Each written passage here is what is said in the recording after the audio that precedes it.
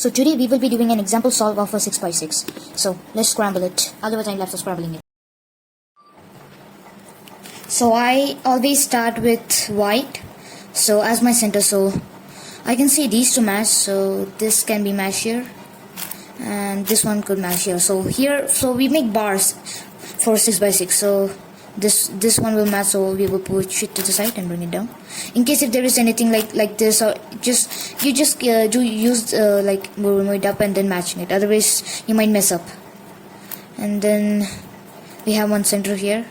As we have only one bar and it is on this side, we can just match it like this, and this one we can preserve for making this sidebar. So I guess I can use this one to bring here, as I told, move it to the side, so lace up and down.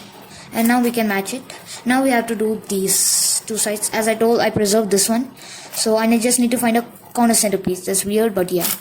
And then I can move to the side, and now you can match these two corner pieces here, one edge piece, as I told. We'll bring it up like this, and then we have this last piece, we can match it.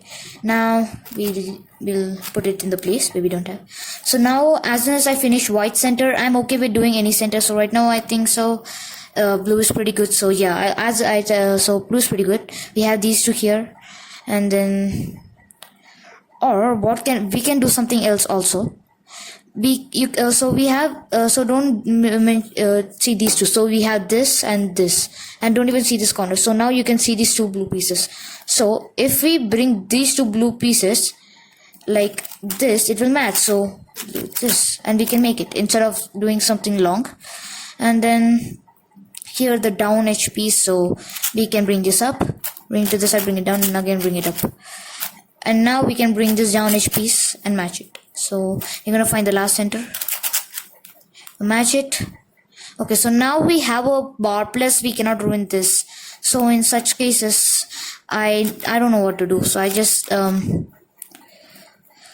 so I should first find a piece which can match like this, and then we need to match it with two moves, because if you do it one move like this, you will end up breaking this bar. So put it here and do it the two moves, and then so you mistakenly don't break that, just do this method and match it. Now this piece cannot come up here, so we're gonna bring this down here and then move to the side and bring it back.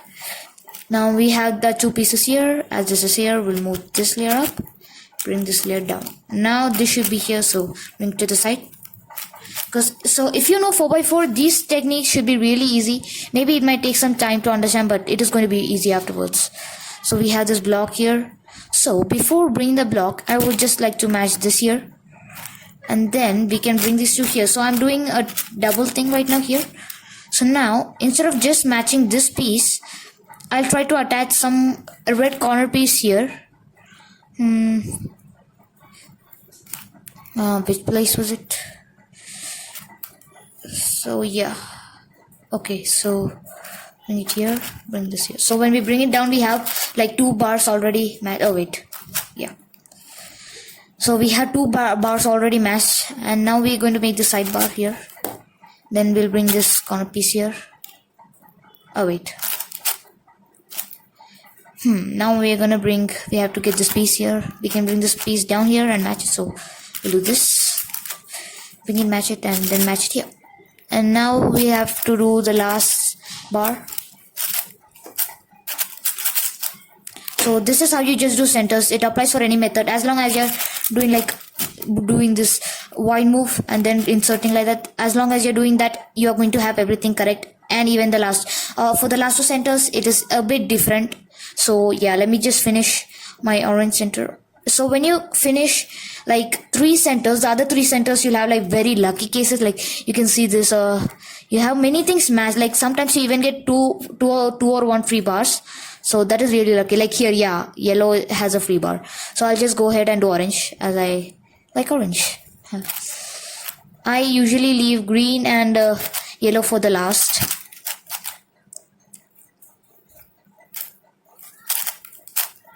This is so lucky. I'm not like a professional in 6x6, but I can not that bad also, you know. I average like I don't know, I didn't check my average time.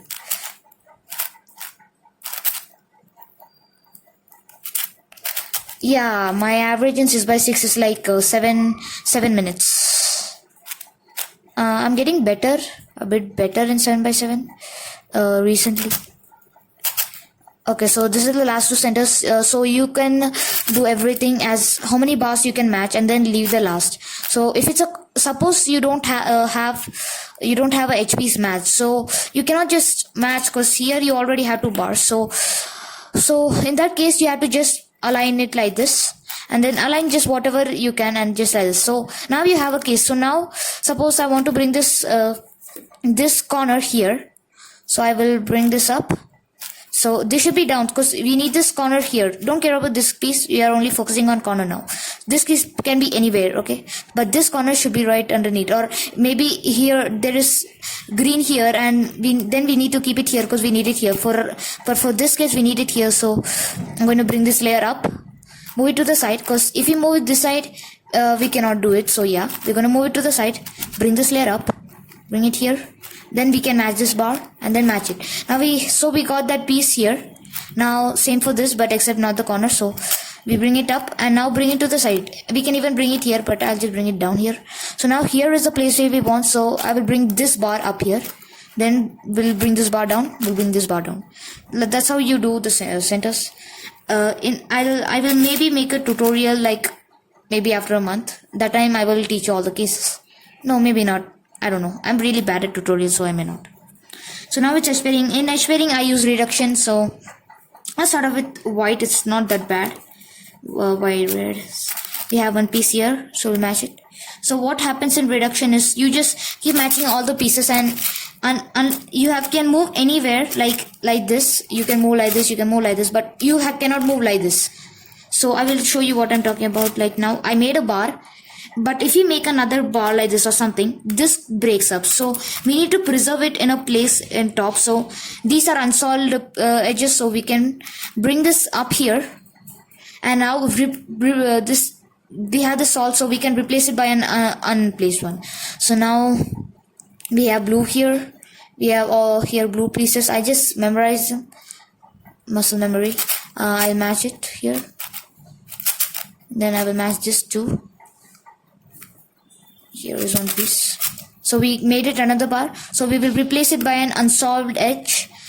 Yeah, so we replace it by an unsolved edge right now. So now we can bring this here because we can use reduction. So reduction is better because you can just freely move everything and it's faster. And also you don't mess up. Maybe you might mess up first 2 times or maybe 3 times. Like I messed up first like 3 times. But then afterwards I stopped messing up. And now I'm like good at it.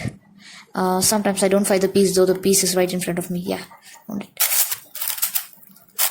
So right now we are going to do the same method for everything. And at last we will have all the solved edges on top here.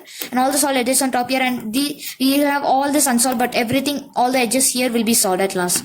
So I will meet you at that time. So I just finish everything. So I just finished all the edges. I mean, not all. There are more 4 edges. So these ones.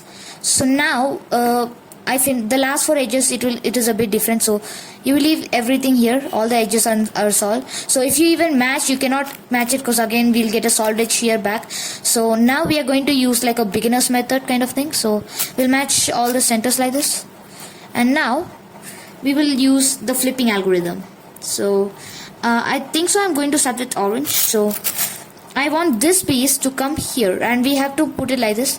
We'll move this to the side and do the flipping algorithm and bring it back in. Now let me find an edge piece for that. Yeah, here. Even if it's lefty, you can do it. Yeah, you match it like this. And now we don't need to preserve it because we preserve that and there is no use of keeping it, no need of keeping it in top as it will never break.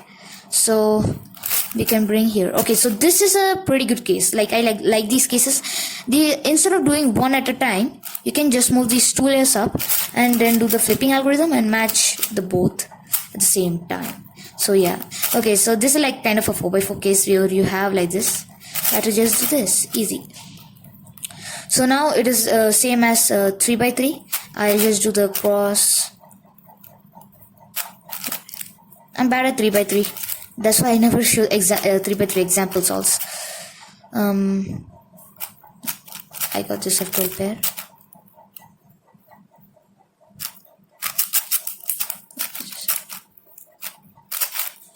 Okay, so we got this is called an OLL parody. As you know, in 4x4, this is one kind of case you get in 4x4 also. This is how it looks. Parody can come in two forms like this. You don't check the corners. You have like an very weird case, or you can even get like this, like how we got here, just a line. So what we'll do is just do the OLL parody algorithm. Then we will get a normal case. So we'll do OLL here. Now we have PLL parody. So PLL parody you can also get on 4x4s. Let me just solve this quick.